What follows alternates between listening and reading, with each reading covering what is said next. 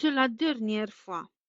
Notre Dieu est un Dieu d'amour. Il se sort souvent des moyens extraordinaires pour amener à lui ce qui lui fuit.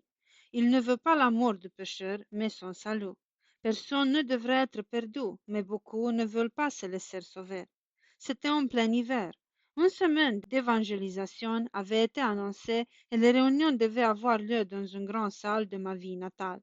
Maman m'avait parlé quelques jours à l'avance pour m'encourager à ne pas négliger ces rencontres. Elle m'avait rappelé tout le sérieux de l'éternité. Que de fois déjà mes parents m'avaient indiqué le chemin de salut et m'avaient pressé de me convertir.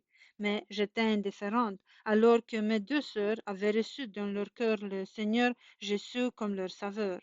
Je n'assistais qu'à contre-cœur aux réunions et je n'y venais que par amour pour mes parents. J'écoutais d'une oreille distraite, mes pensées vagabondaient presque toujours ailleurs, et souvent je n'y allais même pas. Cette semaine d'évangélisation ne m'attirait pas du tout. Un après-midi, maman insistait une fois de plus pour que je vienne. J'ai fini par céder, mais à une condition. C'était la dernière fois. Maman ne devait plus jamais m'en parler. Ces paroles firent beaucoup de peine à ma mère. Plus tard, elle me raconta qu'elle avait été en faire part à mon père. Ils avaient convenu ensemble de me laisser agir selon ma volonté, mais ils n'ont pas cessé de prier pour moi. Sur le moment, maman me parla une fois encore pour me dire que papa et elle respecteraient ma décision. Quelques heures plus tard, j'étais dans la grande salle parmi de nombreux auditeurs. Je m'étais assis presque tout au fond, et j'avais décidé que je ne chanterais pas et que je n'écouterais pas à la fin de la réunion. Je ne pourrais ainsi même pas dire quel passage de la Bible avait été présenté. Pendant toute l'heure, j'ai passé en revue tous les sujets possibles. J'évaluais les dimensions de la salle et son équipement. J'examinais les boisseurs du plafond et les grandes lustres suspendues au milieu. Sur les 5 ampoules, 4 seulement étaient allumées. Quelqu'un aurait quand même bien pu changer celles qui ne marchaient pas. C'était une affaire de quelques minutes. Je détaillais aussi les gens qui étaient assis devant moi, leurs vêtements, leurs coiffures, et tout à coup, l'assistant s'est mis à chanter. Je n'avais pas remarqué que l'évangéliste était assis et que l'heure s'était déjà écoulée. À la sortie, je changeai quelques paroles avec d'autres jeunes, puis je rentrai chez moi. Je n'avais pas entendu un seul mot du message.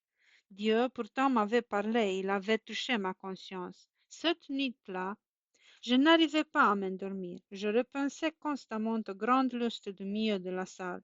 Elle avait 5 ampoules, mais 4 d'entre elles seulement étaient allumées. La cinquième était noire, sombre, sans éclat, sans chaleur, comme moi.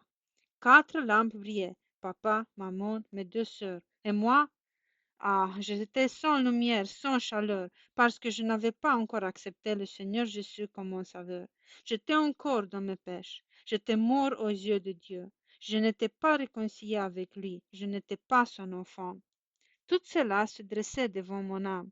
J'étais dans la lumière de Dieu. Je me jetais sur mes genoux et demandais le pardon de mes péchés.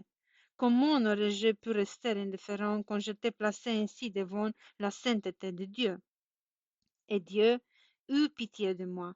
Il dirigea mes regards sur Golgotha, où le Seigneur Jésus avait subi le jugement de Dieu sur la croix à cause de moi, de mes péchés, de ma culpabilité, où il était mort pour moi. Par la foi, j'ai saisi le salut de Dieu et je fus sauvé. 5 lumières brillent maintenant dans notre famille. Car vous étiez autrefois ténèbres, mais maintenant vous êtes lumière dans le Seigneur. Marche comme des enfants de lumière, éprouvant ce qui est agréable au Seigneur. Ephésiens chapitre 5, vers 8 et 10. Amen.